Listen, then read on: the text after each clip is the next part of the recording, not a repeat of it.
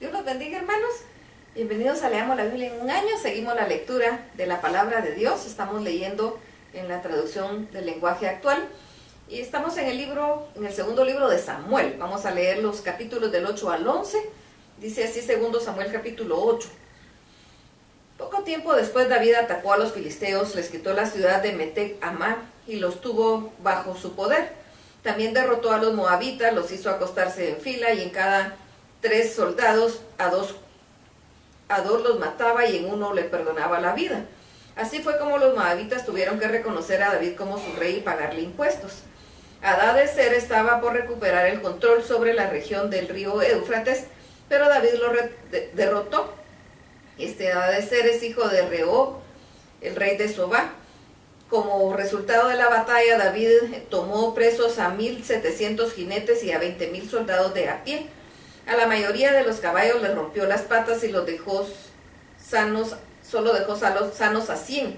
Los arameos que vivían en Damasco vinieron a ayudar al rey Hadadezer, pero David mató a 22,000 de ellos. Luego puso guardias entre los arameos que vivían en Damasco y también ellos tuvieron que reconocer a David como rey y empezar a pagarle impuestos.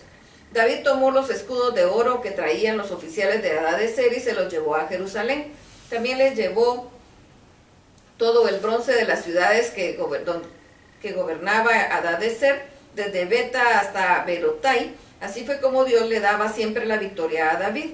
Hadadezer había peleado muchas veces contra Toi, rey de Hamat. Por eso cuando Toi supo que David había derrotado al ejército de Hadadezer, envió a su hijo Joram a saludar y felicitar al rey David por su triunfo. Joram le llevó al rey 2 regalos de oro, plata y bronce.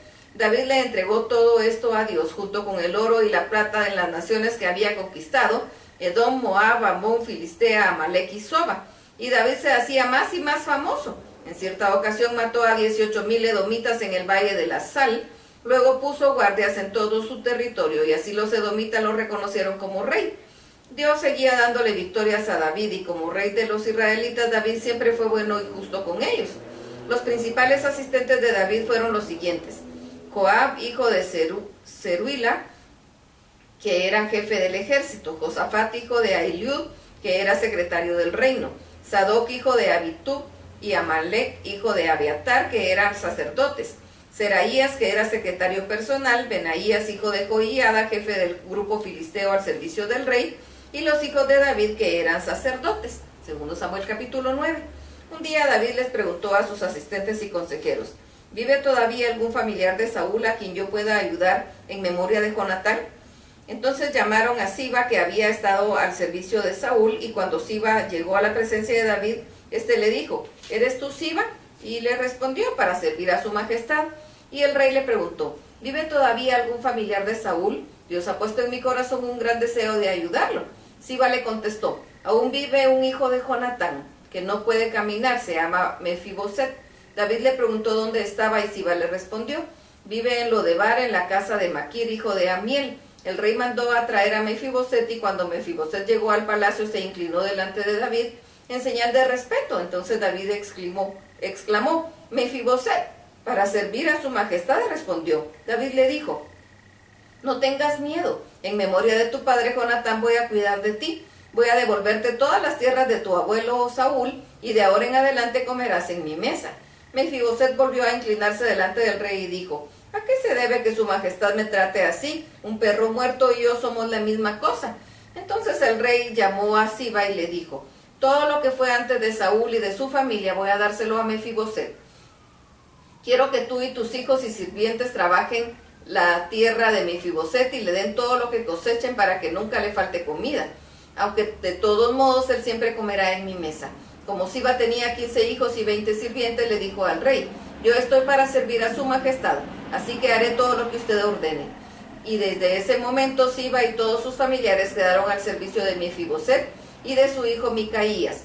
Como Mefiboset no podía caminar, se quedó a vivir en Jerusalén y siempre comía de la mesa de David como uno más de sus hijos. Segundo Samuel capítulo 10. Pero poco tiempo después murió el rey de los amonitas y en su lugar reinó su hijo Anún. Y David dijo: voy a tratar a Anún como la misma bondad con que me trató a su padre. Enseguida envió David mensajeros a Anún para que los consolaran por la muerte de su padre. Pero cuando los mensajeros llegaron a la tierra de los amonitas, los jefes de los amonitas le dijeron a Anún: ¿de veras cree su majestad que David le envió mensajeros para consolarlo? Claro que no, los envió como espías para que luego pueda conquistar nuestra ciudad. Entonces Anún mandó que apresasen a los mensajeros de David y que los avergonzaran, cortándoles la mitad de la barba, y que los mandaran de regreso a su tierra desnudos de la cintura para abajo. Los mensajeros regresaron muy avergonzados, y cuando David lo supo, les mandó a decir: quédense en Jericó y no regresen hasta que les crezca la barba. Los amonitas se enteraron de que David se había enojado mucho, entonces contrataron a algunos arameos de Rehob y Soba para que se unieran a ellos y pelearan contra David.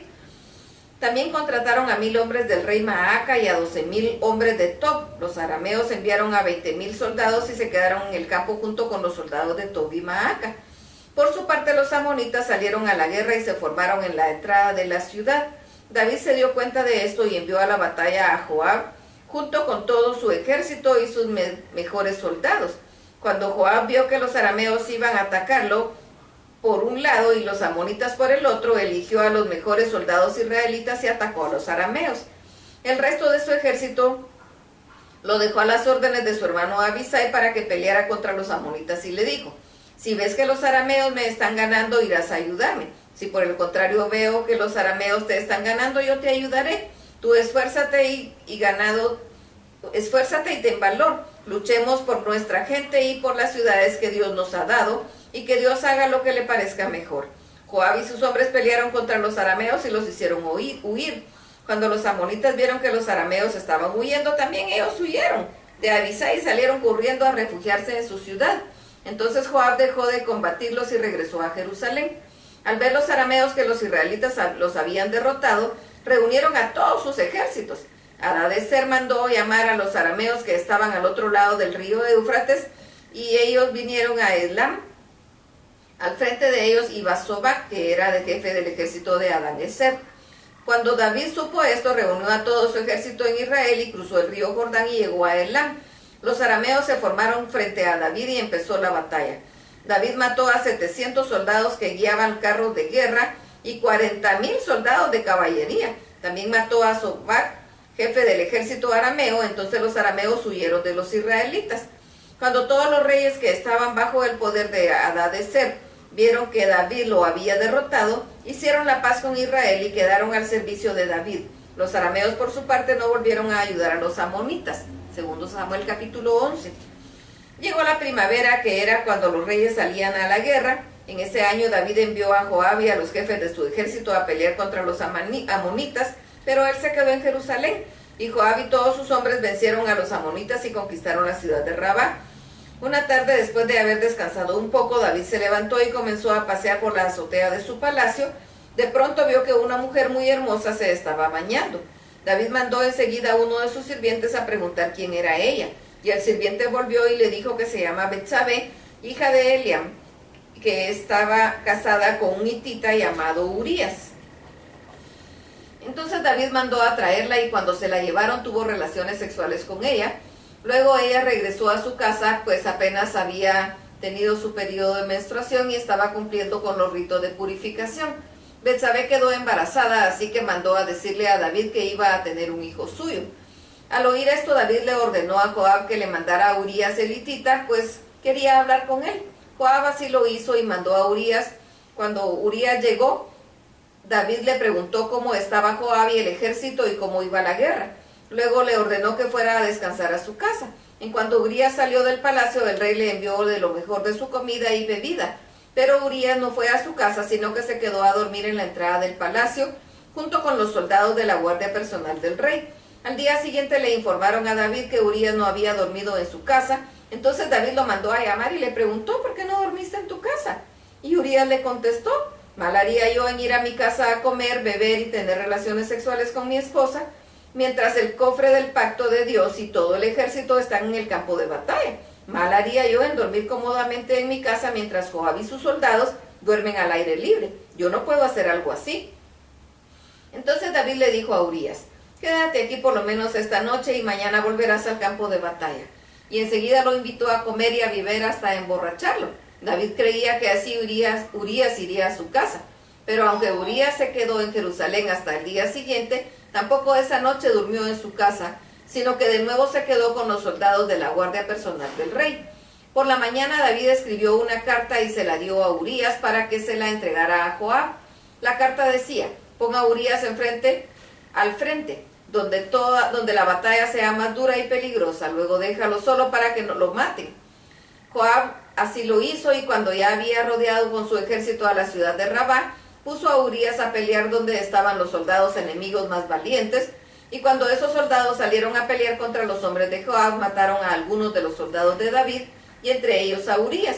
Entonces Joab mandó un mensajero a darle la noticia a David y le dijo: cuando le cuentes al rey que algunos de los hombres murieron en batalla, seguramente se enojará y te dirá por qué se acercaron tanto al muro de la ciudad. No saben que desde la muralla lanzan flechas. Acuérdate de Abimelech, el hijo de Jeroboset. Tanto se acercó al muro durante la batalla en Tabes, que una mujer le dejó caer una piedra de molino y lo mató. Se dice eso, si te dice eso, tú le responderás: también ha muerto Urías el hitita, que tan fielmente servía a su majestad. El mensajero se preparó ante David, y al darle la noticia todo sucedió como Joab había dicho. Y entonces el mensajero le dijo: los enemigos nos estaban ganando y hasta salieron de la ciudad a pelear en el campo, pero los hicimos retroceder hasta el portón de la ciudad, donde el muro de la ciudad nos disparaban flechas, y algunos de nuestros mejores hombres cayeron muertos. Entre ellos también murió Urías el hitita, que tan fielmente servía a su majestad. David le contestó: dile a Joab que no se preocupe, en la guerra cualquiera puede morir. Tú anímalo y dile que siga atacando la ciudad hasta que la conquiste. Cuando la mujer de Urías supo que su esposo había muerto, se puso muy triste, pero luego de que ella guardó el luto acostumbrado, David mandó a llamarla y se casó con ella. Tiempo después ella tuvo un hijo. Sin embargo, a Dios no le gustó lo que David había hecho. Dios es justo. Hasta aquí la lectura. Dios los bendiga.